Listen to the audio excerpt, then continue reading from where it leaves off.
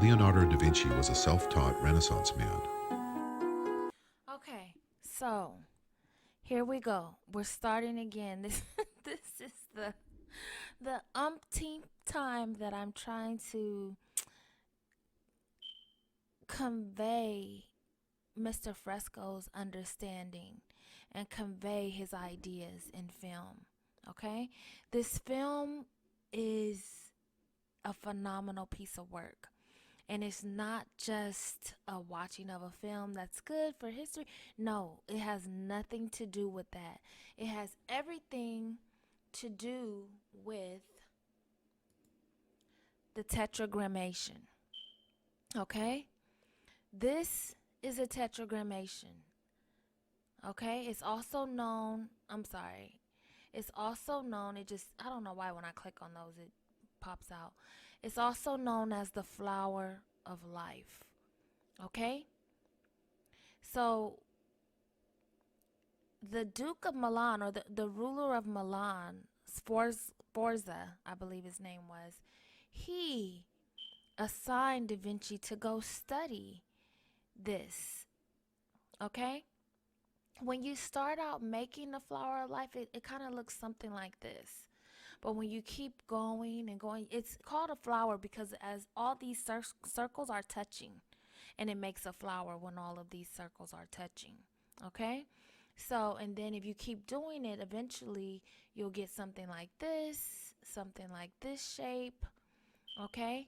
And that is what this film is about. Okay? This film is about this shape and what this shape means to life and living. Humans should be living in a society that looks like this. That's the shape in global form. We live in a circular dome, globe-like structure, very similar to the circle here, okay? Very similar. We live in something just like that, okay? The way the earth is shaped is a circular dome, just like this, okay? And if you notice, each flower, okay, should be connected like this, all right? Each flower would be a city, a circular shaped city, okay?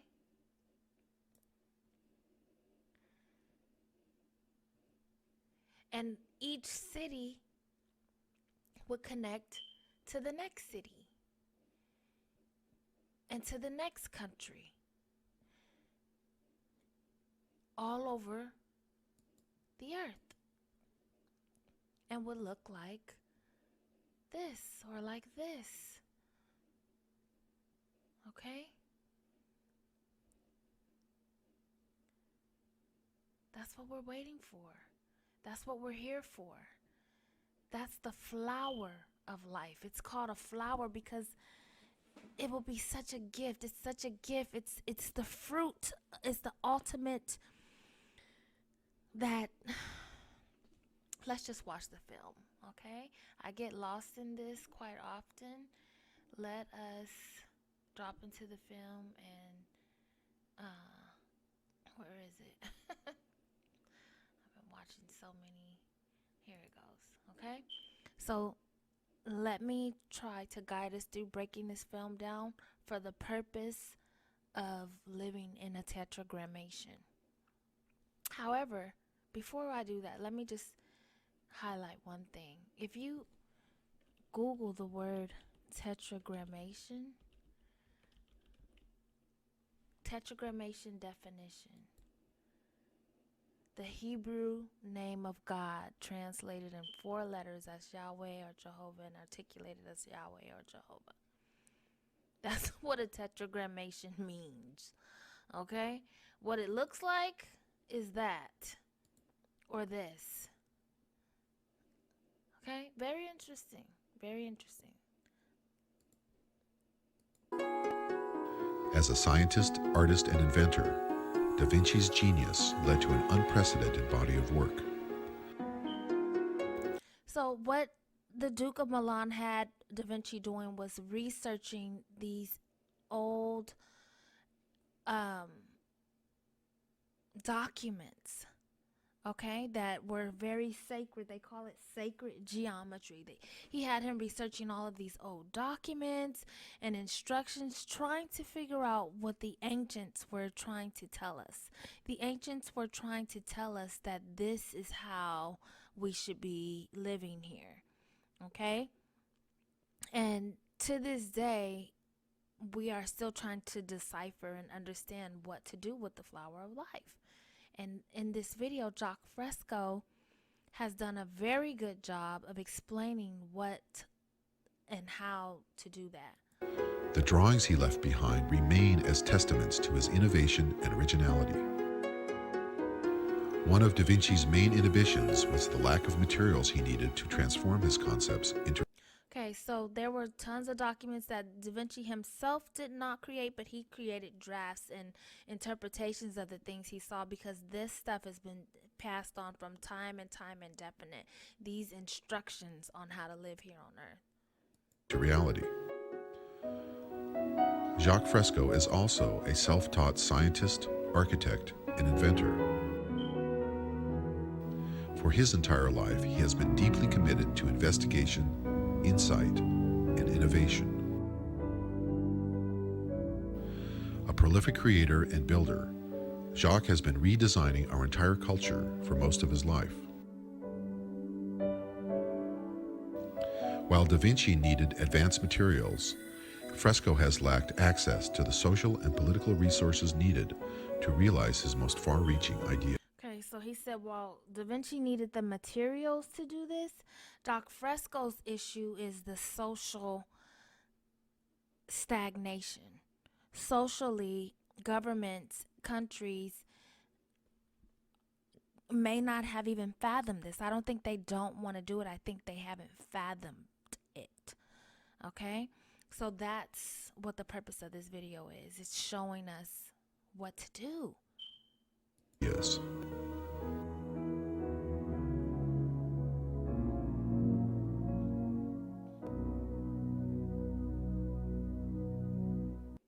Hey Tube Buddies, it is game time. Out of these two thumbnails, one of them scored 40% more clicks. Okay, so coming up, he's going to tell us how he goes about,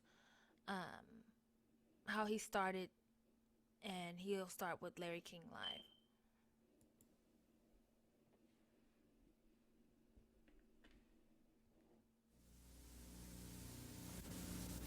My guest is an extraordinary Miamian, Dr. Jacque Fresco.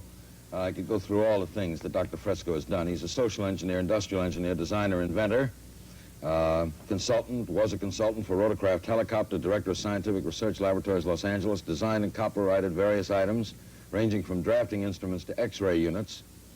Has had works published in the Architectural Record, Popular Mechanics, Saturday Review, and has been a technical and psychological consultant to the motion picture industry, member of the Air Force Design and Development Unit at Wright Field, developed the electrostatic anti-icing systems, designed prefabricated aluminum houses. What does it say in your driver's license? What is the occupation? Industrial designer, Jacque, you, social engineer.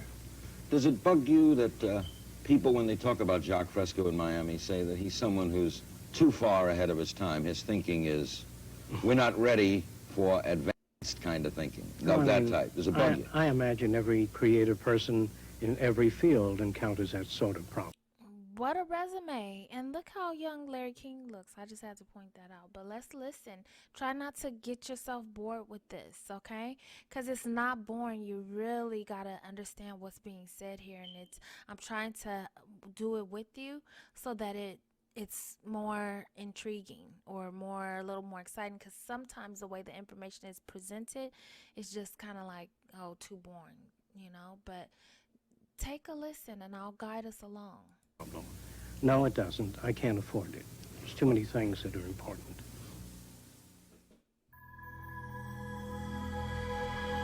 So this is what the cities could look like.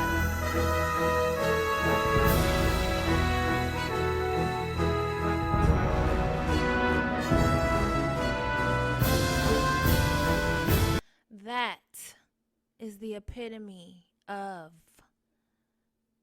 the Tetragrammation. That's how we should be living, from water and on land, connected.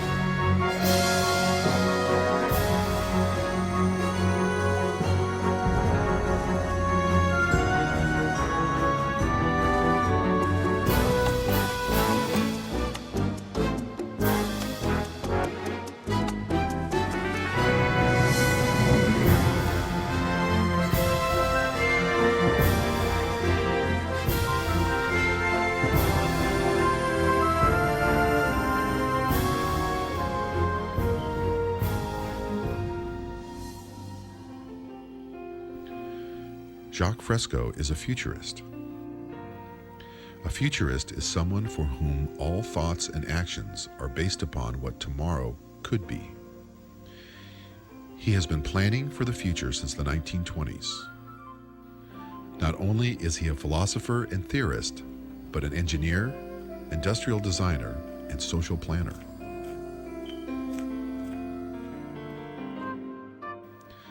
As a multidisciplinarian, he has studied everything from theology to behaviorism, and from biology to the material sciences. Jacque Fresco doesn't want to just talk about what today will be like tomorrow. He has a plan to build an entire new world from the ground up. Warning, you could soon lose your job because So we can talk in between these commercials. They're actually shorter than they seem, but basically thus far it's just talking about who Jacque Fresco is. He's been thinking about the future since the 1920s, and he designs these models. He's basically created a simulation.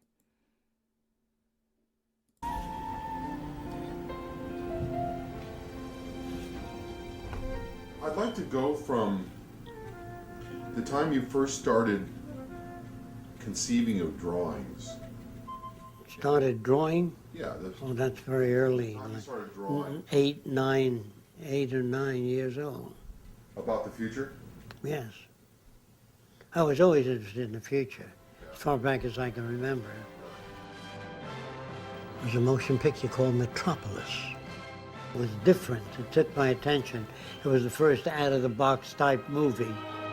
So he sees this film called Metropolis. It was the first out-of-the-box type movie. So, you know, that's the purpose of film. I remember asking someone one time, you know, why do we even have fiction? You know, what's the point of fiction? But fiction is our time to dare to dream. You know, so film is very important. That's why everything is so crucial to everything else in life.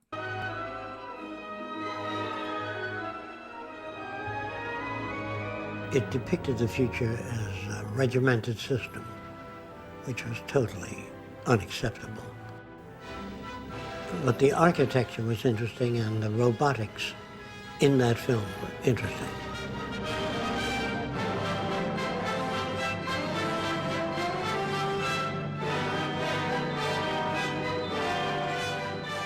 I drew airplanes and cities of the future, and underwater cities, and floating cities, and skyscrapers with landing platforms on them.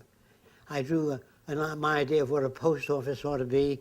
Since the airport was so far from the post office, they had a truck deliver that, I figured, here's the long post office. Well, why couldn't we land on top, pick up the mail directly, and fly onward? So I would draw landing platforms on the rooftops of buildings, slightly angular, so the airplane didn't have trouble landing, because it couldn't be as long, but it would be slowed up by the incline. But then takeoff, they would go in reverse. So his ability just to use logic. How many times do we do that? And we need that in our society right now. We need to be using logic to think about ways to optimize things. Then I tried ships, drawing of passenger freighter ships.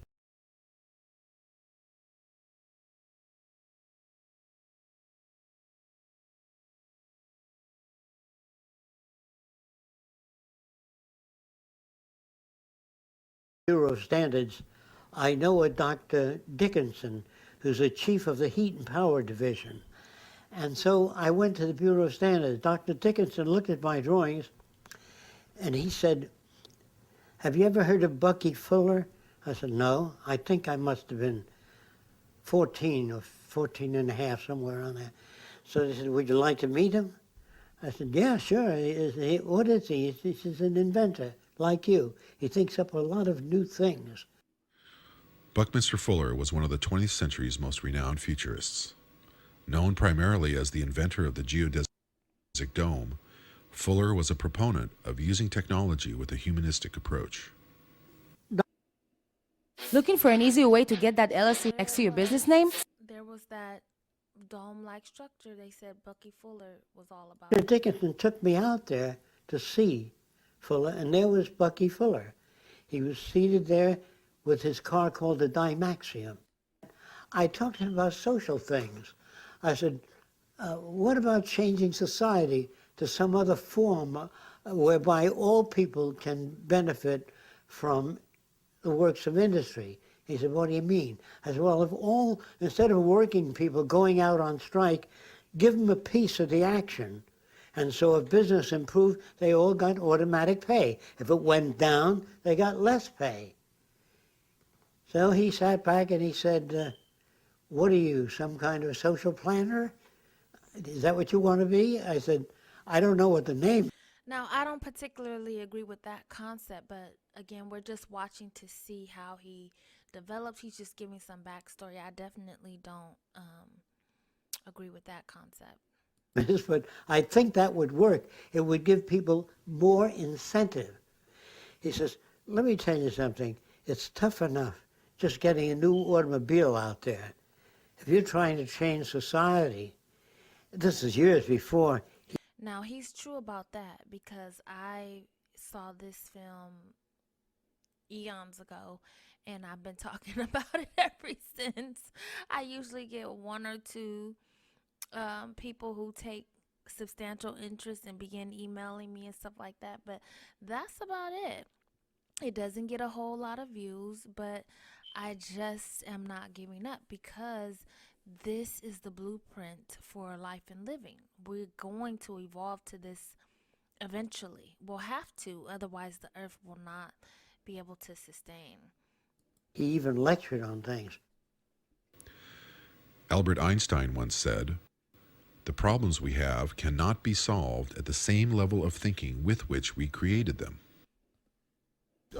What is that level of thinking that these problems were created with? Well, we know. When we look into the history, we know the way and the foundation of America with good intentions. It's all been about how to garner the resources and the labor to utilize the resources, right? That's how we got to it. And the idea was that there needs to be a people who labor the resources, but we can use technology for that.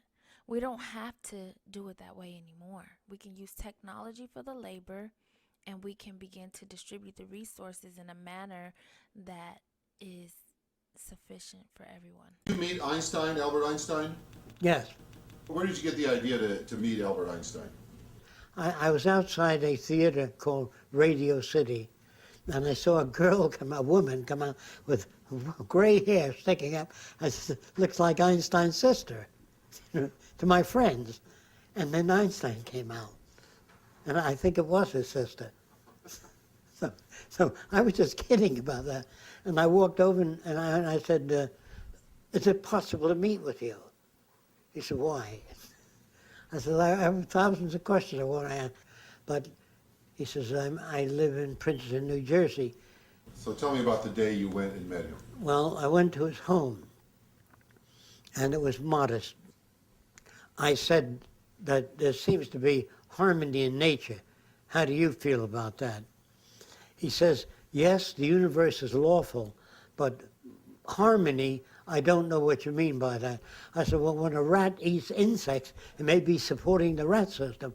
What about the insect system? What he did is he used some water from a backyard, swamp water, and he put it under a microscope and he said, look, everything is fighting everything else. He said, in the human body, everything is fighting everything else. In the ocean, big fish eat little fish. I didn't really have enough time to sit there with Einstein and go through all kinds of things because he didn't seem to be in that area. He did, are you interested in mathematics? Mathematics. And see, like he said, people, it's a mimetic, okay? It's a mimetic to think about things in a certain way. That is a mimetic, a meme, if you will. A meme is a way of thinking about something. So people don't generally think about changing things in a manner that is really changed. People believe when it's a mimetic, people believe these things as law, like, well, that's just the way it is. Kind of like how he said, Einstein said, well, that's just, everything's always going to be fighting everything else. There has to be, big fish eating little fish. He had not yet had the capacity to fathom that, no, we actually don't have to be that way. We can find a way to distribute these resources that the earth provides in a manner sufficient for all. You're interested what Boolean geometry means to you. I didn't want to get off into that because to me that would be a sidetrack.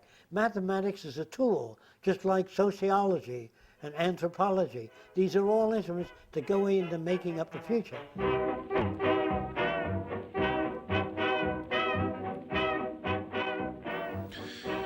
When the stock market crashed in 1929, Jacque was only 13 years old.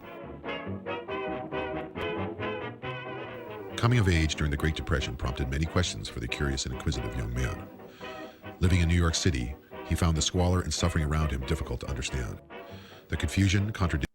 So he was inspired because he grew up during the Great Depression in New York City. And like it said, growing up in New York City during the Great Depression, he found the squalor difficult to understand, So there's probably, for instance, like the current migrant crisis.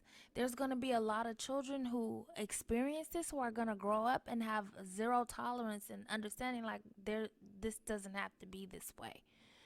This couldn't possibly have to be this way when there's other children living at the peak optimal of health, wellness, leisure activity, fun, or whatever.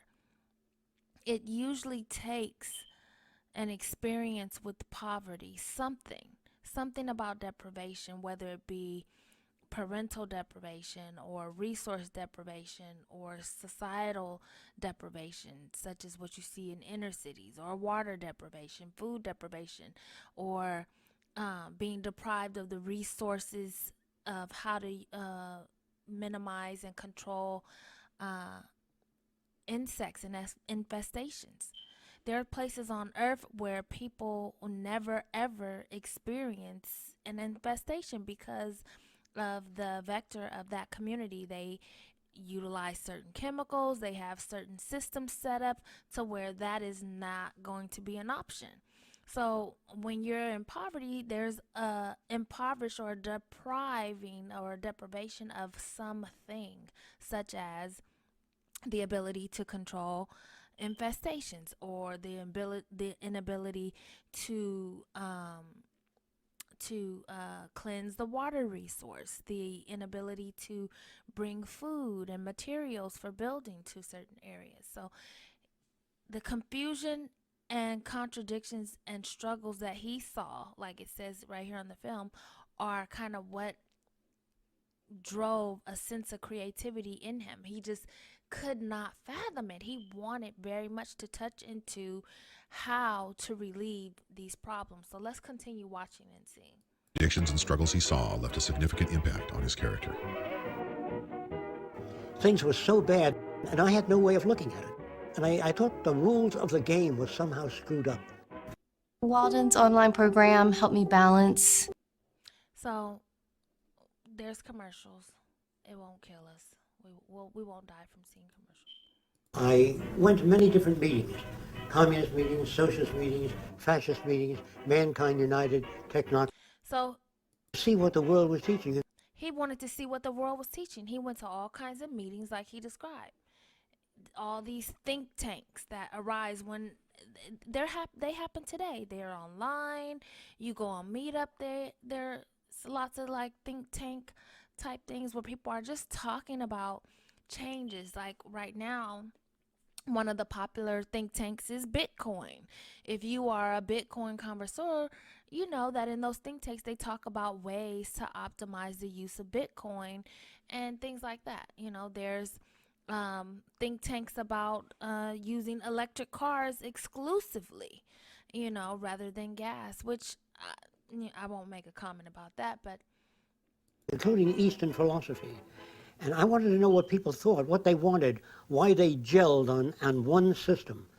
And that each time a society arrived at a system, they tend to keep that system. They didn't even try to go beyond that. But in technology, whenever we made anything, we try to surpass it. The history of civilization for me then was a history of change, social change, human arrangements, homes, boats, planes, trains, all of them were in a process of social evolution, including our language, our outlook, our values, our behavior. As the Depression wore on, Jacque left New York and started hitchhiking around the country. In his travels, he met many interesting and different people, most of whom were, like himself, searching for a way of life that was fair and equitable. Eventually, he ended up traveling to the warm waters and primitive islands of Tahiti. well, did you hear what he said? He started hitchhiking around the country. So back then they probably would have called that a hobo, and that's the reason why too we need not to be so judgmental of different types of people. People who are out there in the elements, they're exploring, and oftentimes they are learning a lot about life and living.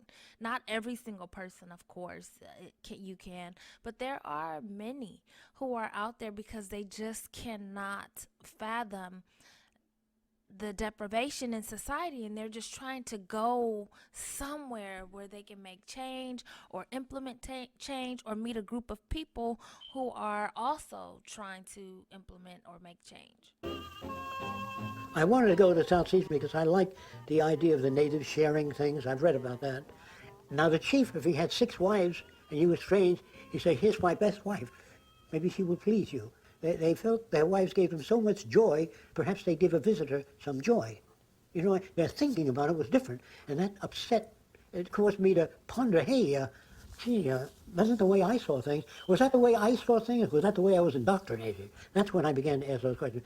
So he said that, you know, he experienced a different country where one of the folks in the country was willing to pass along their wife, and that kind of upset him. It wasn't the way he did things, but he recognized that, hey, I don't need to judge these people. It's just that I've been indoctrinated. I've been taught to look at things in a certain way. Now, of course, as a woman, I don't agree with that kind of thing, but that's not what this is about. This is just about understanding that the way in which we think of things become law often for us, but these quote-unquote laws can be changed simply by us choosing to think of the things in a different way or a different manner. So how do you know that anything you like makes sense, Doc? What about your own values? Think about them. Maybe they are senseless. Concerned that Tahiti would be invaded, Jacque returned to the U.S. and joined the Army Air Corps. When the war was over, thousands of factories stood idle, their manufacturing capacity no longer needed for wartime production. Capitalizing on the tremendous capacity available for aluminum fabrication, Jacque designed and built a house made entirely from aluminum extrusions. The result was an innovative and extremely efficient use of time and materials. The windows, for example, were put in and then extrusion snapped in and with a seal. And so it was very rapid. It took something like 12 minutes. But So he had hitchhiked the country. Then he goes to Tahiti, observes a different way of life. Then he decides to go into the army, and he's just being able to be freely. And like he said, he built a whole house out of aluminum, and it was quick to build. So he took interest in trying to make it to where, you know, things were simple, where people didn't have to suffer. Here's a quick way to have a shelter. He was already thinking about ways to optimize life and living, and his first bout with that was creating an aluminum home. But he doesn't stay solid on that, as he described. the windows. 8 hours to put up the building. 1948, it was unveiled at Warner Brothers, and there were lines all around the studio. Thousands of people come to see it, and airplanes, smoke ridden in through the sky, visit the Trend home at Warner Brothers Studios. It was publicized in newspapers. I think the architectural record as one of the first mass-produced type homes. Jacque appreciated the challenges of innovative problem solving. As he honed his skills, he became a competent inventor. He always had a research lab and was constantly inventing new products.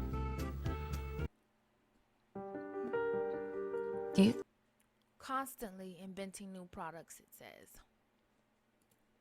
His time was spent pursuing his own interests. He was also hired by entrepreneurs to design and fabricate specific inventions, working in a very broad array of technologies. He invented everything from medical and dental devices to 3D motion picture projection systems. A guy named Jack Morse was a film producer at the time. I met him at Warner Brothers Studios. He came to see the Trend home, and he was awed by everything fitting together so sensibly. And he said, "How do you guys think of these things?" You know. So I began to describe how I thought about things. Then he found me interesting, and he said, "Hey, come on out to the house." And he had a big estate, you know. And he said, do you think you can make a movie projector that projects 3D images without glasses? So I said, yes. He said, how do you know you can do it? You've never done it. I said, that's right. But if it's a physical phenomenon, I think I can work it out. How are you going to do it? I said, I don't know yet. And what I did is I had many different applications, which I'd rather not describe in detail, but I got 3D imaging different ways. And the simplest way was projecting the right and left eye image from behind the screen at the right eye and left eye. Now then, if you moved off to the side, you lost your image. And so Jack wanted Technicolor to go the rest of the way. So he got them to come out and look at it. And they said, how do you do that? It's very interesting. I said, we're not at liberty to disclose that unless you're back to the next stage. So they said, well, how do you maintain visual isolation? I said, I still can't discuss that with you. So they looked at it. It was super clear, no lines. They said, well, that's the best I've seen up to now, but it fades to 30 degrees. I said, yes, it does. And at a distance, it fades, too, as you move back. So they said, well, can you do anything about that? I said, yes. That's why you're here, to take it to the next stage. So they said, look, Jack, you get rid of the fade, and you get rid of the distance problem, then call us. So that died, like the Trend home died. So he basically described the barriers that he met were all monetary. He needed the funds. He wasn't able to generate the funds to create the things that he needed to create. So he looked to funding from investors, and he didn't always get it. So those ideas would simply die. But how about this idea of utilizing technology for labor and utilizing the tetragrammation structure to create a world that eliminates poverty and deprivation? Then I read in the books on invention how Alexander Graham Bell had to make the telephone before they backed it. The Xerox machine had to be made completely. Edison had to make the electric lamp. Nobody backed him on the way up until after he was known. What are these for? What were these all about? These are These well, these are surgical instruments. yes, Right? various types. Those are only some of them. You know what a retractor is? No. Hold the skin open while you're operating. These are various types of retractors. The purpose of that was to rotate the bone so it's in line before you put the prosthesis in. It rotates the femur, the upper region of the femur. Those are tweezers with holes in them. If you look at the holes on the front of the tweezer, to put the sutures through to guide you through the muscle. So you put it over the muscle, and the holes are right through the middle of the muscle. You didn't have to eyeball it. So these are things that you designed Long time ago. under contract. Oh, You yeah. contracted to design these things. I did thousands of different things. But this doctor took the patents out in his name. But that's all right. I didn't know it was out there. I didn't know what I wanted to be. You know, since I looked at all things and tried to change all things, wheelchairs, everything, make them better, you know. I found it easy to invent. But then inventions cost money, and I didn't have money for patents. So I used to make thousands of different inventions and just file them away because I had no money. I used to spend my savings, whatever I earned, on what equipment that I needed. And if I was working on an artificial leg and I was $200 behind, I would take my last $200 and work on that, you know. And I'd solve that problem, but then the rent would be due and the electric bills, and I couldn't pay them. So the auctioneers would be sent in to auction off everything in my lab. So I had to sit back. I couldn't adjust to say, well, I got to set aside $25 for rent. And there are still very many successful people who cannot adjust to this forced lifestyle where money takes the precedence of activity. Someone like him who is just a ball of creativity, he could not, he couldn't do it. It was too much for him. Like he said, he couldn't set aside, he couldn't do it. Now, in today's time, if you can't do it, then you're going to be on Skid Row or under the bridge somewhere in some homeless encampment, which is sad, you know. But imagine if money was not an issue, the balls of creativity that would come out of humans. Just imagine there would be just ample creative activity going on. There's no telling how far we would advance if we took away the need to finance everything in the manner that Mr. Fresco describes. $200 for this, for a machine. I couldn't do that because I was very near the answers, and the type of problems I worked on were outside of the frame of reference of most science. In the fluorescent tube, you have high voltage moving along, you have a transformer that generates it, and you put a phosphor material that glows. But the tube is round, and the phosphor on the back side does nothing. There's only the phosphor on the front side. So I wanted to extrude the tube so it's elliptical. So you have more light surface in an elliptical tube. Then I wanted to mirror back the back of the tube. Instead of putting a big reflector outside there, put the mirror inside the tube. So I didn't have the money to make that tube. Then I said, what the hell are you making a tube for? Why don't you work on a flat sheet of glass that phosphors, that glows? So make glass that's electrically conductive. Well, how do you make non-conductive electrically conductive? By putting metallic particles in the glass and phosphorus. What would happen? The electric current would flow through the gas, animate the phosphorus. So you had a flat sheet. You don't want a lamp. A lamp is only giving light on one side. I wanted the whole surface to glow. Over time, Jacque's ideas about the future became more well-organized and focused. Gradually, he began to combine his technological expertise with what he had learned about human behavior, sociology, and social structure. I spent so many years improving area by area. I said, look, the whole society is aberrated, the way we do things. Why not redesign society? It'd be easier than making all... And that is where he left off. He wants to redesign society, and so do I. I want to redesign it in a way that it is meant. That is what the Tetragrammation structure is here to teach us. The Tetragrammation is here to show us what a society would look like. All these thousands of products. So you really decided to redesign the culture. Because I couldn't get, patchwork didn't work. It wasn't sufficient. So they thought I was a communist. You know, after all, the guy wanted to redesign society. What else? What is socio-cyberneering? Socio-cyberneering is a new organization, and it represents the application of the most sophisticated forms of science and technology toward problem solving so that we can reclaim the environment which we loused up over the years, and to build a way of life worthy of man, to humanize society, to break away from the artificiality, the regimentation that dominates our society today.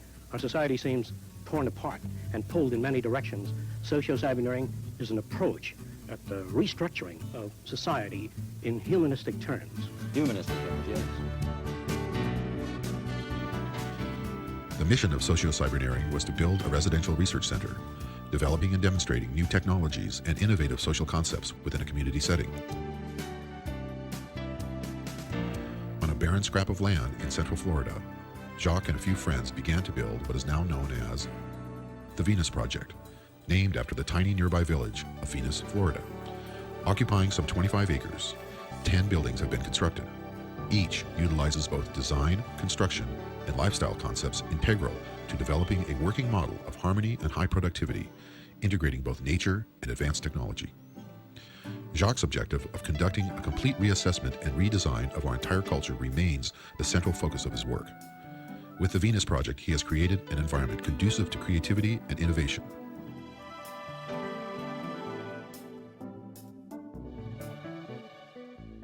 When people come here, they're amazed to hear that this was just a flat tomato patch.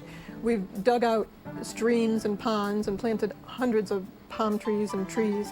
And we built this land to show what the outskirts of the city would be like. We have many buildings here, but you can't see one building when you're in another. We really wanted to show how high-tech and nature could coexist within this environment. Jacque and Roxanne have been living on the property and building the Venus Project since the late 1970s. The entire time has been a constant process of developing and implementing new ideas. Jacque begins with a drawing, then produces a scale model, and then videotapes his models in order to demonstrate his concepts for the future.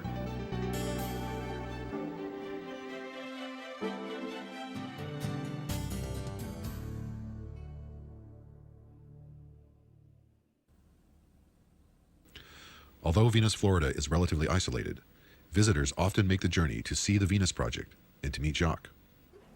Joan? Margaret. Hi, Margaret. I'm not going to remember your names, but I'm Jacque. Hi, how are you? Good to see you. How are you?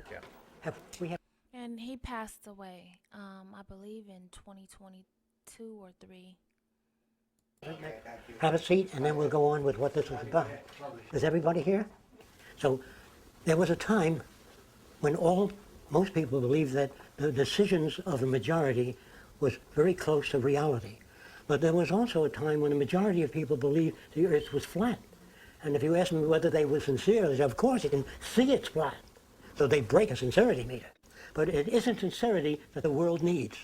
It needs the intelligent management of the earth's resources. This is what we don't have. The major contribution the Future by Design would like to provide is a method of coping with problems. Now, you're brought up to believe, I believe this, that everyone should have a right to their own opinion. Is that the way you were brought up? Yes, sir. Okay. I'm sorry, he passed away in 2017. It seems just like a year or two ago, but it's been since 2017 now that he passed. When you got everybody going around giving their opinion, I'll tell you what's wrong with Jim. See, they've got all kinds of opinions. But when engineers talk to each other, they don't say, believe me. They say, see this new metal? It can hold up 4,000 pounds per square inch. He puts it in a machine and pulls it apart. He says, you're right. So I would say the majority of the people of the world today are unsane, not insane. Unsane meaning having been exposed to methods of evaluation that are long rendered obsolete. Our language in the future will change to a saner language where we have no argument in it. They say, well, can there be such a language? There is. When engineers talk to each other, it's not subject to interpretation. They use math, they use descriptive systems. If I interpreted what another engineer said in the way I think he meant it, you couldn't build bridges, you couldn't build dams. What he's trying to articulate here is that there is no question that this system is the way that system's supposed to be.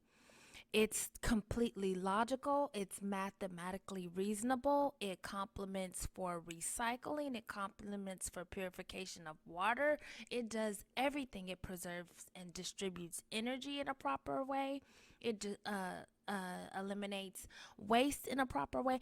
Everything about this system is exactly what is needed to that what society needs. And he's saying the difference is there's no argument to it because all the questions are answered. And he's saying different ways that things are being presented now is where people are still dancing around. Well, should we have electric cars, or do we have, shouldn't we be recycling and green everything, this and that? In this way, he's saying this is mathematical. This is engineer based. This has nothing to do with just blind reason.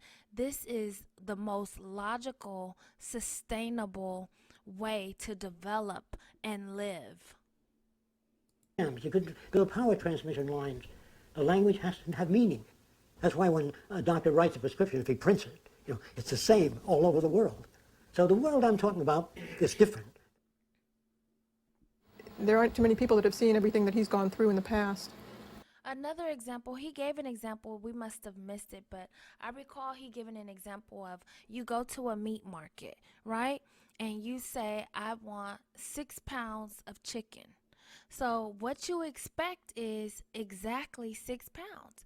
You don't expect for the meat cutter to just take a few pieces and say, I think that's probably 6 pounds. No, we use technology. You're going to put it on the scale and you're going to give me 6 pounds of chicken or vegetable, whatever, 6 pounds of cilantro, which is very rare, but that is what he's talking about. He's talking about there is some fact-based solutions to the way that humans should be living. And come out of it with a certain direction. And the interesting thing is, too, that he's not a philosopher that talks about how the world should be, his point of view. He's a technician that understands how it can be built and has worked with people and understands what it takes to change them and understands what it was that made them that way. So it's really based on hands-on learning and not reading something in a book. He went through the experiences himself and came out with the conclusions he did because it was based on actually learning experience and experiments. When an engineer has an idea, he talks to the computer about his idea. While they're talking about it, the integrated computerized system will take the elements that they're speaking about, convert the language into imagery, and the image will turn and be exposed to all of the people watching that exhibit and presentation.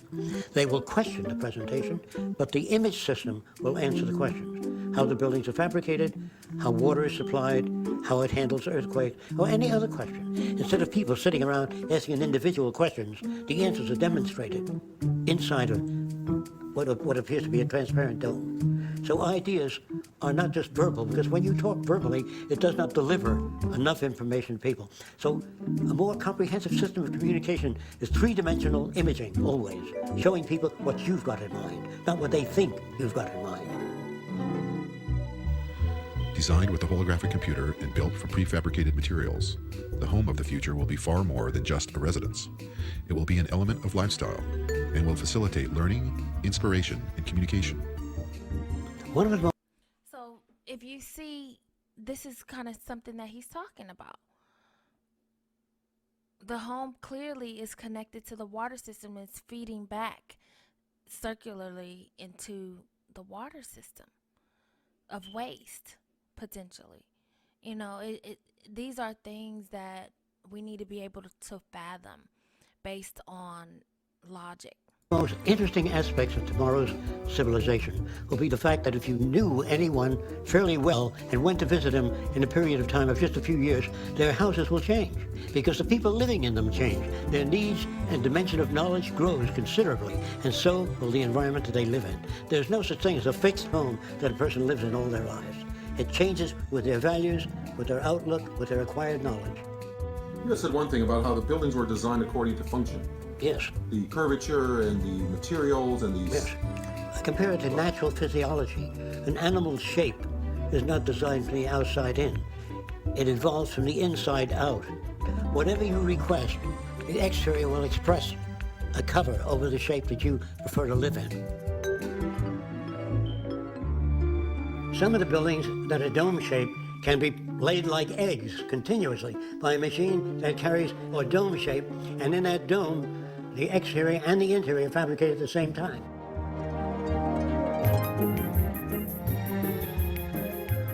Not everyone will choose to live in a dome.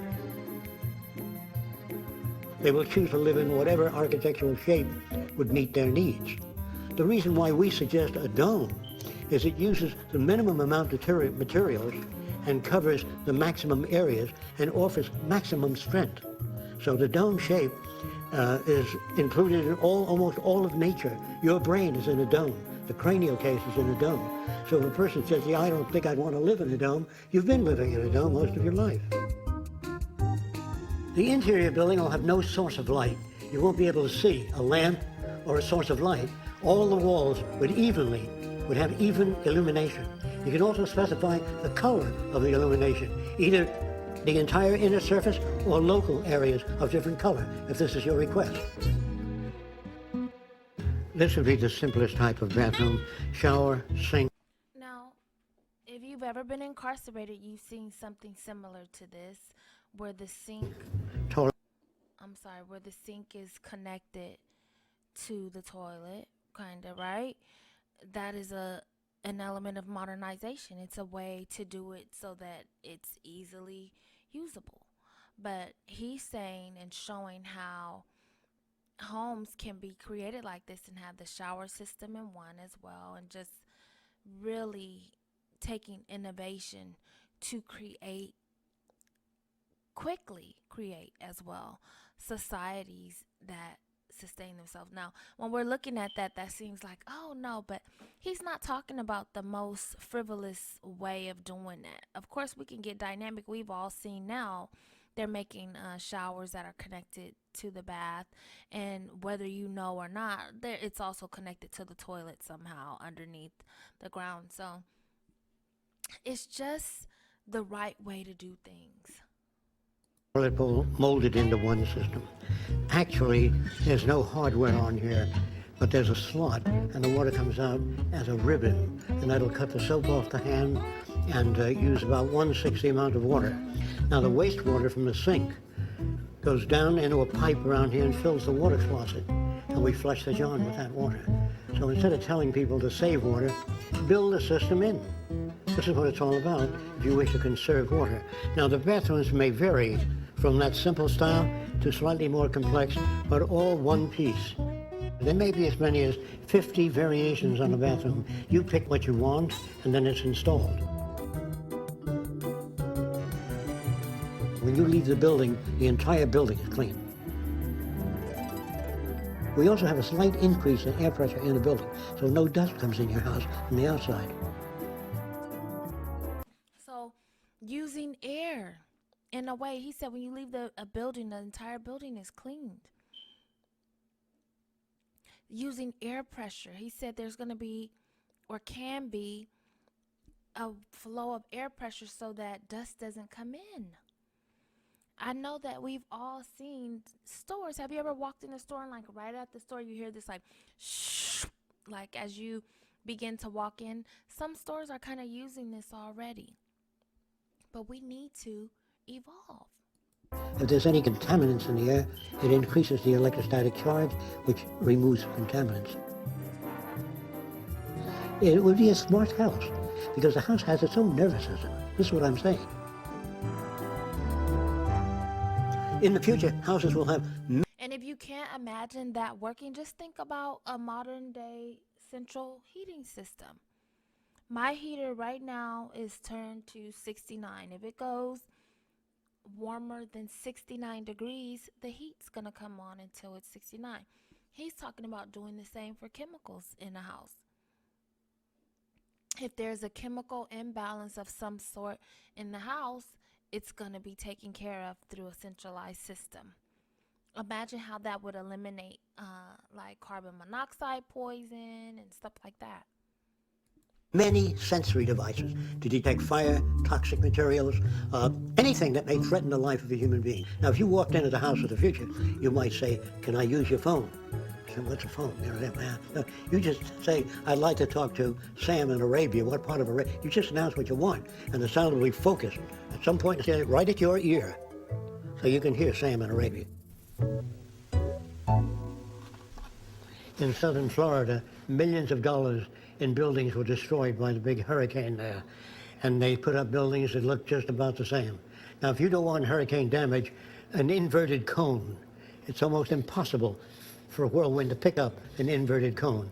So we would have these shelters built in the West Indies or wherever hurricanes occur. And inside would be pull-down bedding, food storage, and emergency water. So this is the kind of form that no vortex or wind can pick up. Try to pick this up with greasy fingers. And that's similar to the wind whirling around it.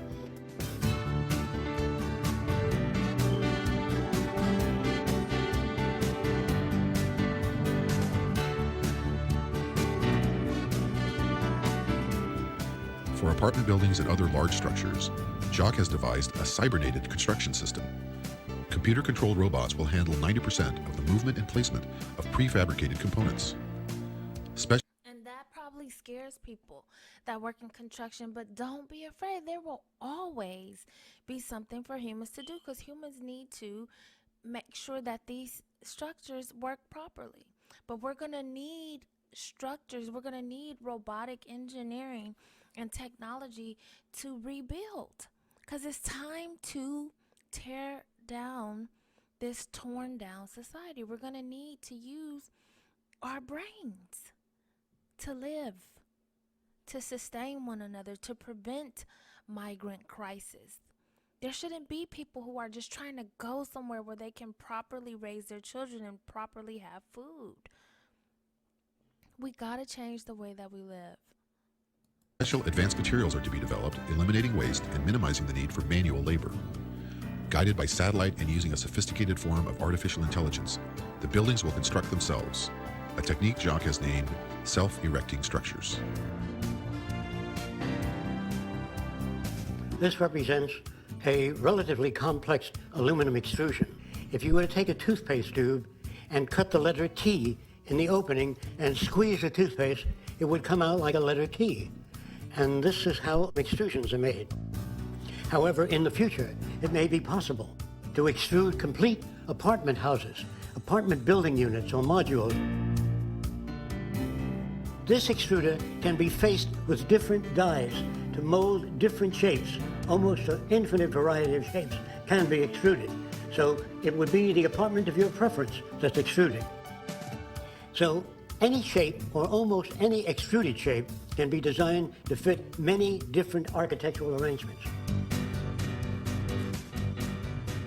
This is a transitional type structure which utilizes cranes to lift the components of the building. Eventually, the building itself will be part of the self-erecting structure.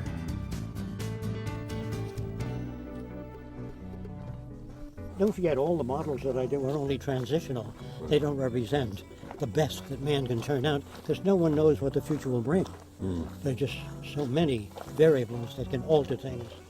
So the models that I make are all transitional, and many of them are only conceptual. They're not necessarily what the future might look like.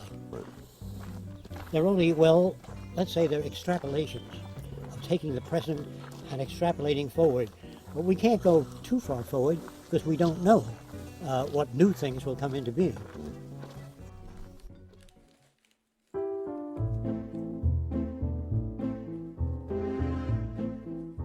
Now this looks like a train station. We hope to phase out the airplane by designing transportation units that can move up to 2,000 miles an hour, floating on a magnetic repulsive field or an air cushion. And in those huge trains of tomorrow, there'll be television, radio, amusement, art centers, classrooms, not a group. So think about a circular structure, right? The globe. Imagine if there was a train system that wrapped around the globe. It's possible.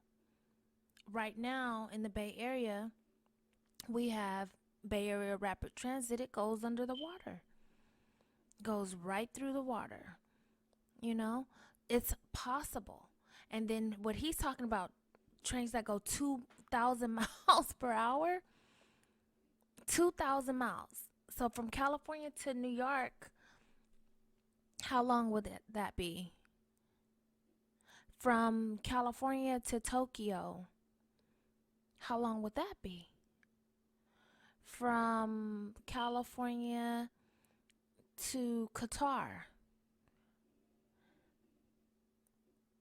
the way we live can change. We can use technology to optimize the way we live. We can use technology to explore, to open up communication, to open up family systems, to open up the way that we interact. We can be going all around the world. We're currently isolated in just single places, you know? Our driver's license now, the real ID, we have to distinguish if we're going to be traveling outside the state. If we want to travel outside the state, we have to have a real ID now. That's driving included. We have to designate on our driver's license now whether we're going to drive out of state. You need to think about these things. Of seats lined up as your trains are today. If 40 or 50 people have to leave the train, we slow up to 100 miles an hour, lift off the passenger section, or slide it off and slide on a section with the passengers getting on. You don't have to stop the whole plane or the train. In the future, we will just shove off those passengers getting off and that freight leaving. This is part of the linear acceleration train that can take you anywhere in the world in just a few hours, safely, without snow, rain, being lost at sea, Are all subject these to the things? weather. Are all these things you're saying?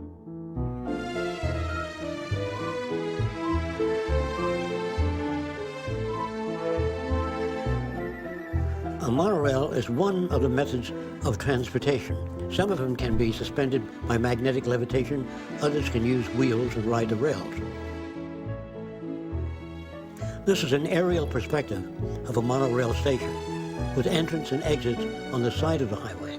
This is actually a true monorail because it is one rail system that supports two trains. Most monorails aren't really monorail. They consist of two tracks.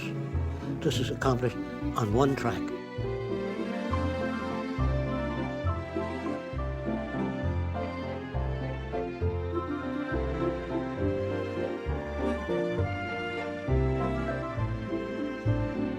The vehicles of the future will be highly aerodynamic in shape.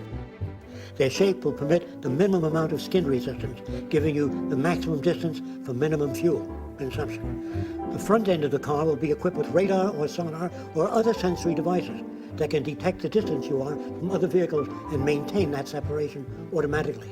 In other words, on a highway or anywhere where two cars might hit each other, the electronic sensors would sense the distance automatically and keep the cars from sideswiping or making contact at all. Now, even if they did and impinge a slight dent in the car will be made up of the memory materials, shape memory alloys that go back to their original shape, even when dented. I'm going to take this metal called nitinol. This wire or spring is wound around a mandrel and heated to a specific temperature and held until it cools. Then when you pull it out beyond its elastic limit, so it's not about to return to the spring shape, and then deform it in many different ways.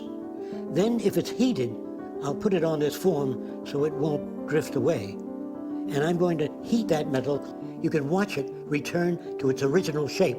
It's called shape memory alloys. It could be done in plastics, metals, or any other materials in the future. Watch how it returns.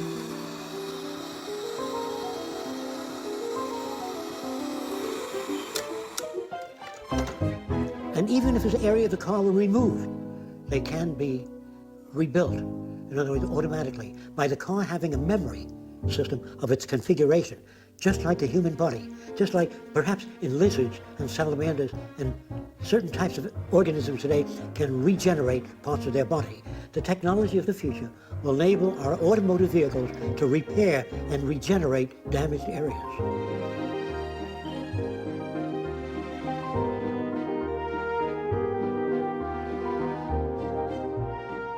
This is a transport unit, or air-suspended unit. It will travel 5 or 4 feet above the ground and not requiring highways or bridges. You can turn around by electrodynamic means, discharging air on the right or left side, not by tunneled air paths, but just by attracting air or repelling air.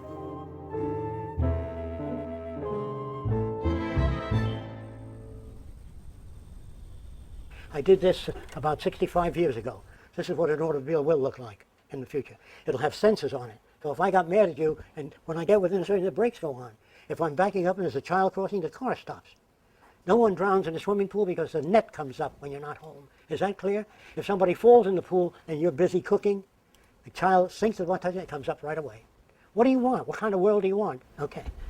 So what you see here is just glimpses of the future. So we'll go around and look the place over so you get a better idea. Now that area over there, across the water, we will build a very large dome, like a center for dialogue, to invite different people out here.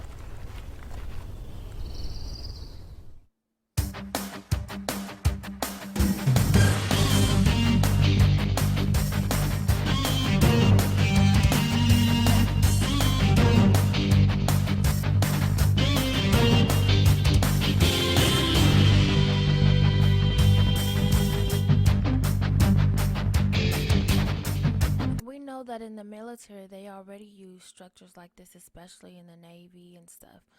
But the point is, we can use technology to create whatever we want, and we need to.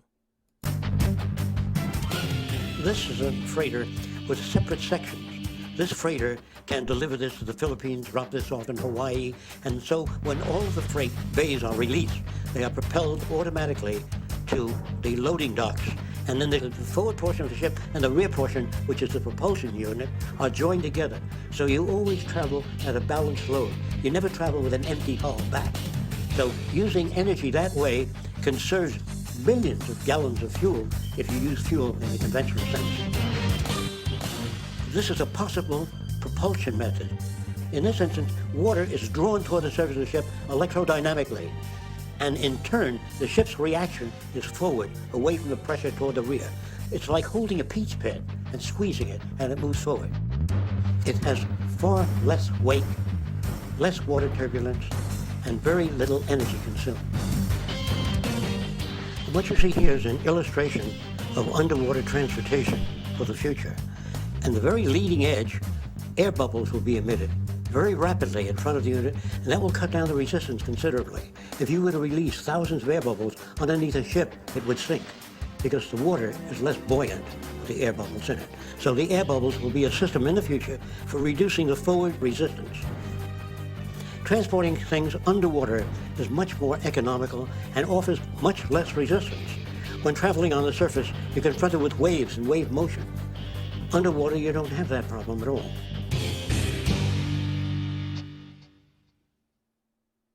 We talk about civilization as though it's a static state. Right. And there are no civilized people yet. It's a process that's constantly going on. We're not civilized. It's an ongoing process. Yeah. And so we never become fully civilized because we'd have to know quite a bit in order to behave in the most constructive manner.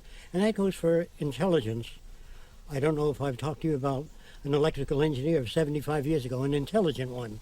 Couldn't get a job today. Right. So when you talk of intelligence, what are you talking about? It's an ongoing process. It isn't. That's why there's no such thing as an intelligent person. That if people are fairly well informed. Exactly. No one is smarter than anybody else. We all know what we know, and it's meant to be shared. No one is smarter than anyone else. If whatever we study more about, we will have more knowledge in. And all that simply takes is sharing.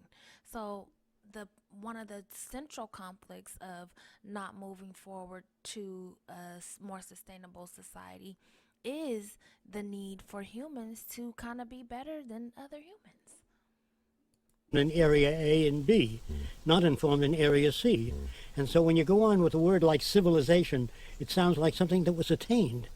As long as you have war, police, prisons, crime, you're in the early stages of civilization, what they call civilization.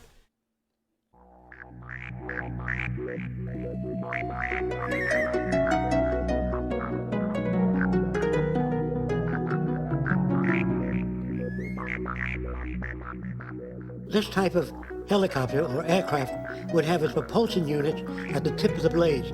They'd be relatively small, high thrust. The center of the disc, or the passenger compartment, would remain stationary while the blades spun around. In the event of engine failure, the blades can automatically gyrate and bring the craft down, not only vertically, but can travel forward by tilting. You will notice that there are no ailerons or elevators on this plane. It's operated in a different manner, also by ion propulsion. Electron discharge is much lighter, much cheaper, much safer, much faster, and less energy consuming. In the future, by controlling the airflow over wings and the direction of it, the need for a rudder will be rendered obsolete. For individual transportation or small groups, you have the vertical landing and takeoff VTOL aircraft of the future. They are called lift fuselage, as the body itself generates the lift for this type aircraft, and it is propelled electronically, meaning particles are electrified and discharged from the rear of the craft, which propel the craft forward. And for hovering, we then eject the same propellant downward and generate a ring vortex, a whirling vortex beneath the craft, and the control of that vortex determines the speed downward.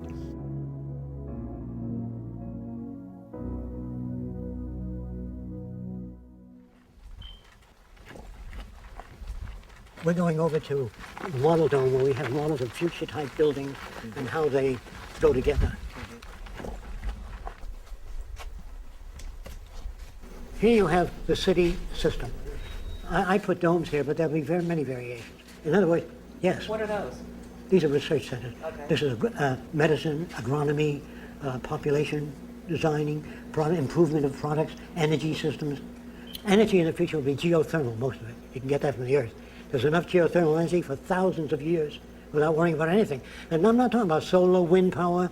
So what he just showed was an example of the circular city and what it would look like. So what he just pointed at right here, that's way too far.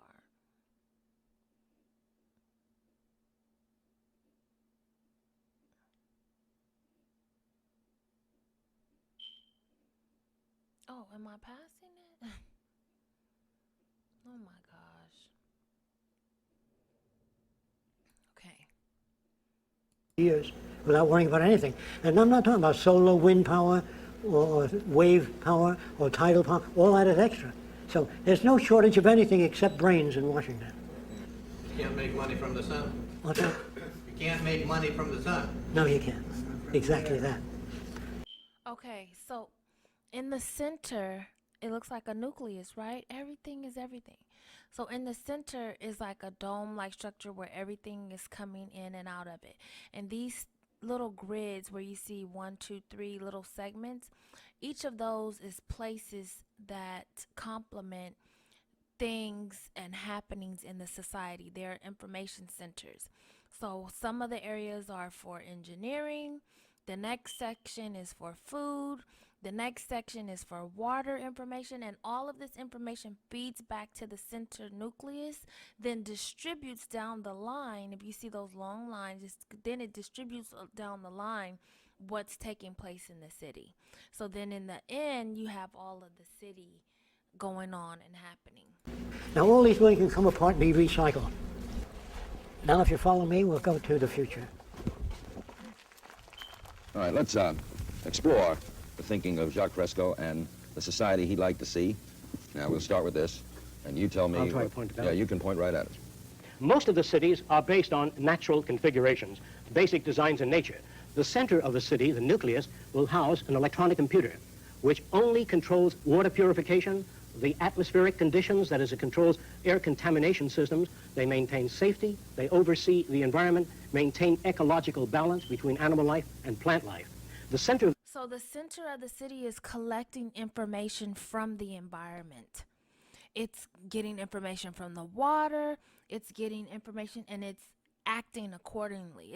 It's going to put things in place. Like right now we have people who go out, take samples of the water and say, oh, this water is too alkaline for the people living here. Let's put this in there. Or, oh, this water is contaminated, whatever, you know. This would be computer generated, which we could easily fathom how that could be. The water would just simply flow through some kind of bank of water, and the computer would pick up what's in it. And then in response, it would generate an open valves of salt or whatever is needed in that water to purify it. And he's saying that this would be this way for all of the systems. Of the city is a university that covers all subjects related to man. There's no courses that are used to exploit or abuse any other human being. All repetitious jobs.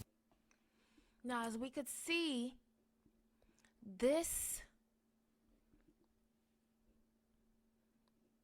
is this, okay? Each cell of the tetragrammation is a component in the city. Each flower is a component in the city, okay? Remember that tetragrammation structure. Each flower, each little segment of flower is a component in the city.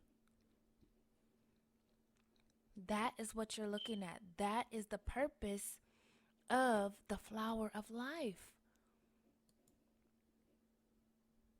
I don't even think he said that here,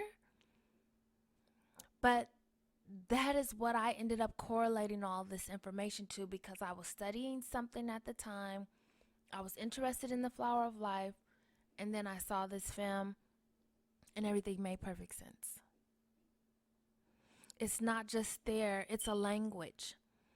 Symbols are a language that I can understand, and so can you. When you see symbols, symbols are a language. Geometric shapes are a language. It's telling you something. You have to listen. Will be phased out. We feel that machines ought to do the filthy or the repetitious or the boring jobs. That man has to be free to pursue the higher things. That's right. And what did he say? The machine, the technology will do all the filthy and inhumane jobs. Man needs to be free to pursue the higher things. There will always be something to do. There will always be something to do. The jobs of yesterday are no longer matter, but there's always going to be something you can do. Whether if it's just simply getting on your YouTube channel and putting out information about the environment. So many people are on YouTube every day putting out information about the environment, and we filter it ourselves. We flag videos if it's misinformation. We don't watch it if it's not valid. If it's over too much of something, everything is calculated. So even if your job will become an information source, there will always be something to do. We don't need to fear that, oh, robots are going to come and take all of our jobs. We don't have to think like that. It's okay. What's not okay is the condition that we're living in right now. Higher possibilities of man. In other words, if this...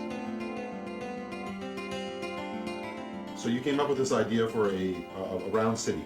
A round city, a round governmental branch. And then extending out of it would be the Department of Agriculture, Education, Oceanography, the disciplines.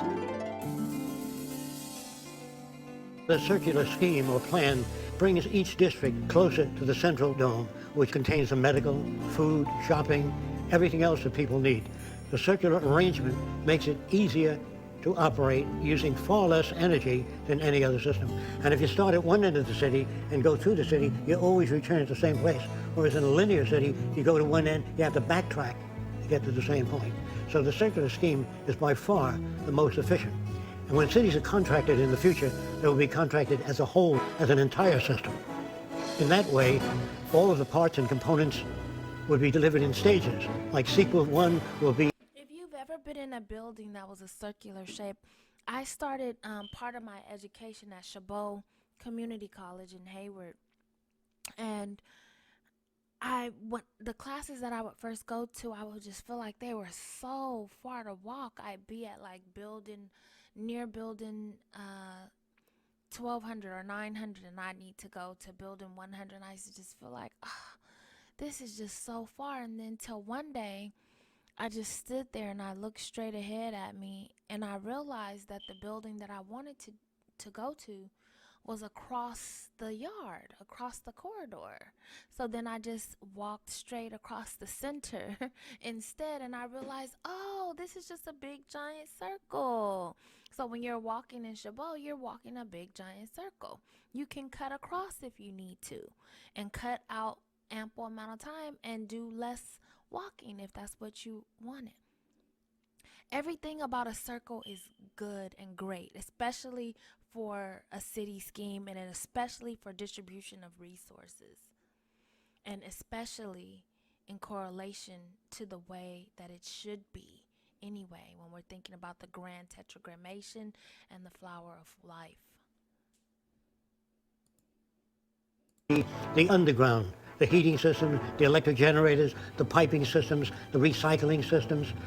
Then after that, the next layer, which would serve as the first layer that contains the architecture, the foundations for all the buildings, and after that, the erection of structures up from the foundations, starting with the central portion of the city, working its way out to the different radial sectors, and then out to the final housing sectors, and then to the agricultural belt, and then to the recreation areas. The cities themselves are prefabricated. Most of the elements that comprise the structures of the cities are interchangeable, interlocking. They are designed so they can be disassembled just as they were assembled. So the new cities will be updated continuously. As the waters are piped into the cities, they are checked. And to whatever extent contamination exists, the water processing plants evaporate the water, recondense it, and cleanse it. In other words, all waters piped into the city will be monitored constantly, not by a monitoring system, but several monitoring systems. The same is true of the air above and around the city. It's constantly monitored. All of the rooftops are photovoltaic. All of the outer skin of the building converts solar radiation into electrical energy. As we move beyond the third sector, we come to tennis courts, parks.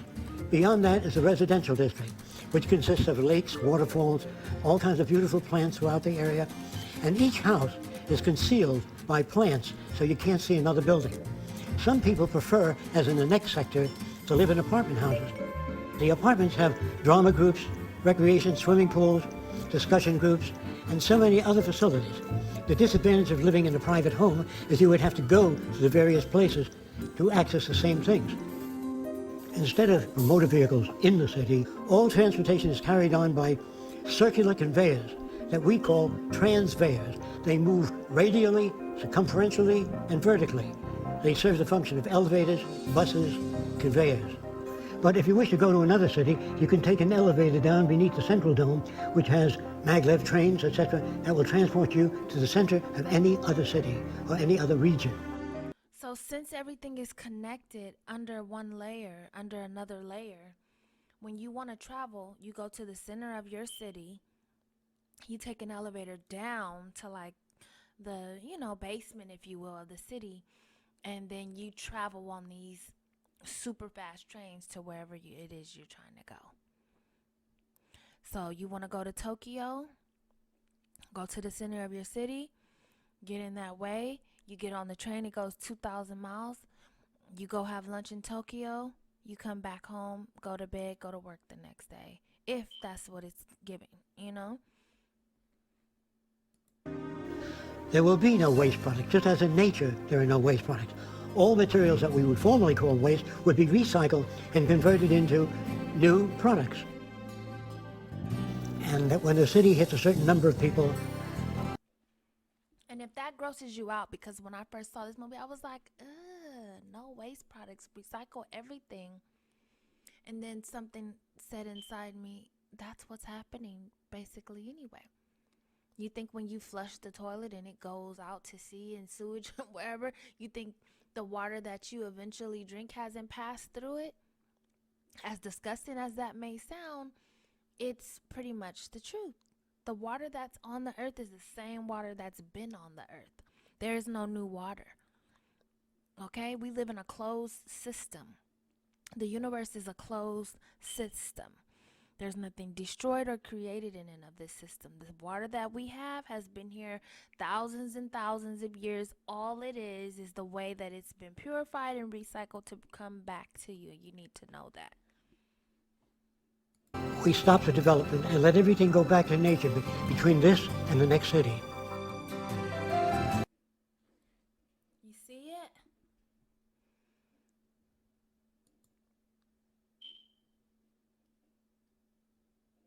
Do you see it? Because I see it, and when I see it, I understand immediately the assignment. Okay? This is the way.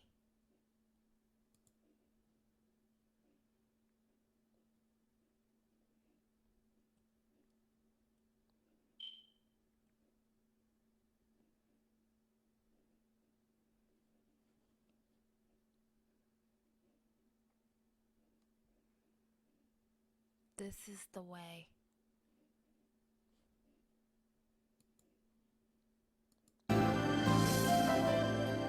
It doesn't mean that we can solve all the problems. We can just design and build a far better environment to advance all human beings.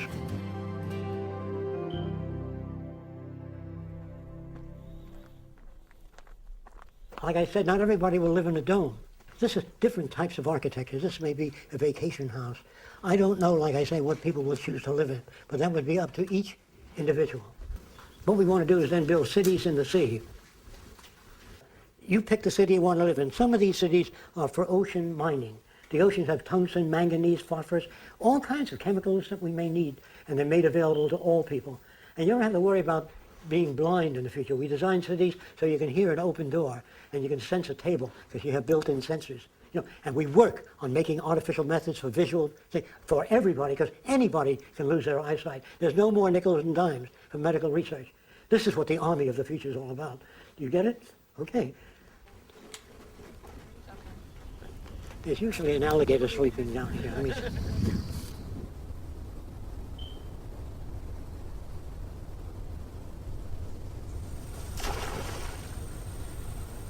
Are you betting that people will not declare war on each other so that you can get at building all of this?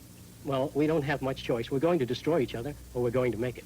No, this looks like some sort of submerged stadium with something. We might build circular cities in the sea, where the water's about 30, 35 feet deep. Most of the apartment houses will open out into the sea.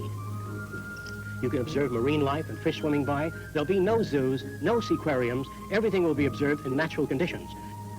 There will be boating, scuba diving, recreation, and universities built in the sea. These drawings all made by you? Yes.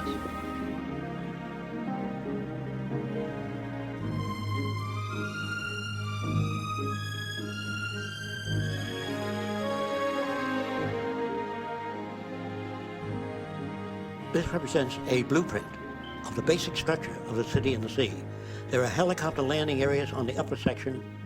There are cranes that travel around the entire upper portion of the structure. The legs are designed to move up and down to support the structure and rest on the seabed. Now, what are these cities in the sea for? Some of them represent hospitals that can be towed off the coast of Africa or India. Instead of sending building materials out there and building a hospital, then shipping the equipment out there, it's much easier to build a floating hospital, tow it off the coast of Africa, use it, and by the time the new hospitals are assembled there, you can then move this to another region, float it to another region. Most of the cities will be constructed in dry docks by automated systems. After it's complete, the flood locks are open and it fills with water. And there are units that look like tugboats that deliver the cities to their site where they'll be located. Some will house as many as 1 million people, a series of cities in close proximity joined together by transport systems. That is, tunnels either under the water or above the water bridges.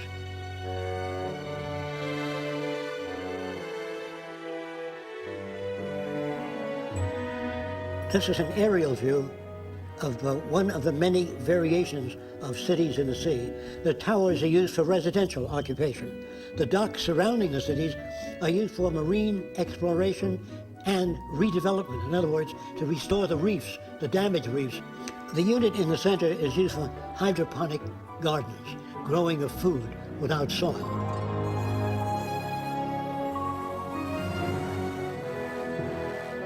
Now, many of the cities in the sea will have docking facilities for marine vehicles, and that'll be like an underwater bus that would take people around to visit the different areas.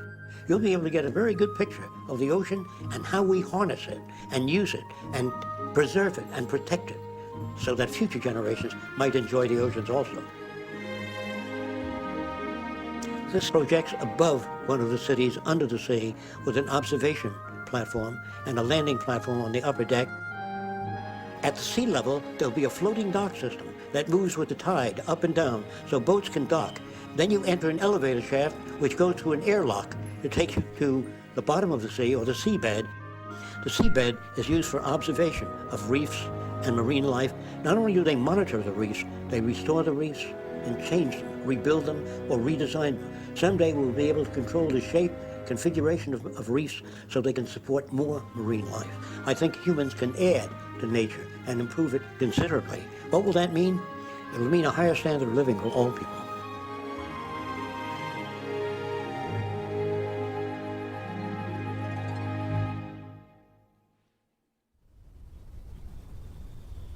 When he draws these buildings and designs, he thinks about how they go together, how they're manufactured. Some of the drawings I have seen have gone back about 60 years, and they're just beginning to talk about some of these things now as being a possibility. You know, in the past, people would say, you'd never be able to get to the moon, not in 1,000 years. And they'd look up the next day and they're going to the moon. You know, when I first met Jacque 25 years ago and he would talk to some people about certain inventions, they'd say, you won't see that, not in 1,000 years. And 10 years later, they come out with it on the cover of Popular Science. The whole basis of the technology is to maintain a high standard of living. Technology is not worth anything unless it improves people's lives. Today, people are afraid of science and technology because it's so abusive today in so many ways.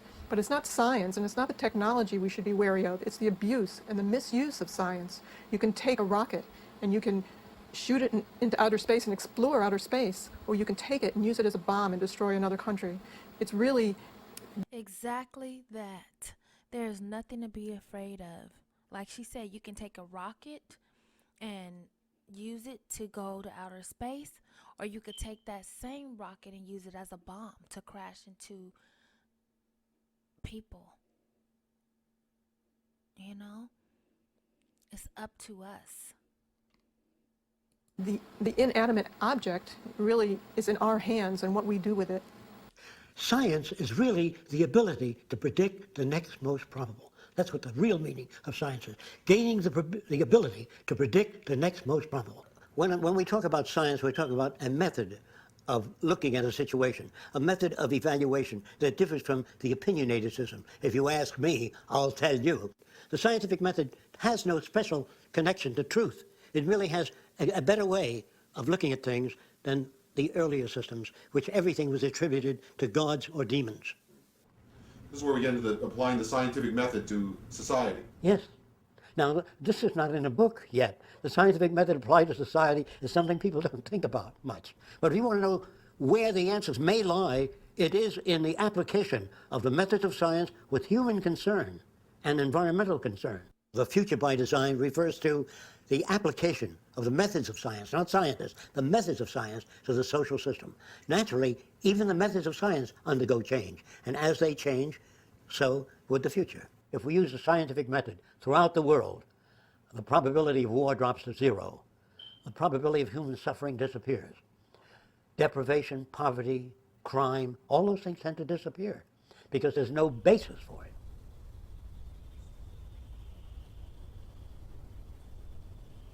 Jacque spent a lot of time before studying people. He started studying how animals behave and how to change the behavior of animals or predict the behavior of animals. And it came to the conclusion that it's really the environment that changes behavior and enables us to behave the way we do. We're not born with prejudice and bigotry and anger and greed. It's really generated and nurtured by the environment that we live in. That's why we feel that unless you change your environment and change the experiences, we'll get the same aberrant behavior within people unless the environment is changed.